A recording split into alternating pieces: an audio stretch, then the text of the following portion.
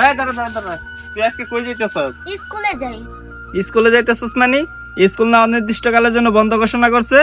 কেন ভাইয়া, তুমি কি জানো না আমাদের স্কুলের সবাই কোঠা আন্দোলনের ডাক দিয়েছে, তার জন্য আমিও যাচ্ছি। হাই, তোর মিছিলে যাইতে হবে না, জানিস না মিছিলে মারামারি হচ্ছে।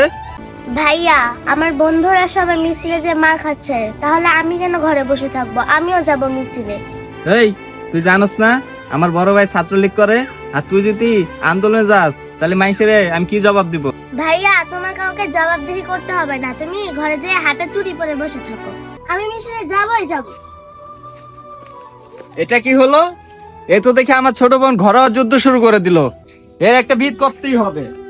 এই শোন, সামনে যেটা পর্ব, বাইরে তুলা বের করে লাগবে না। ঠিক কইছেন ভাই, বাইরে সব তুলা বের করে লাগবে।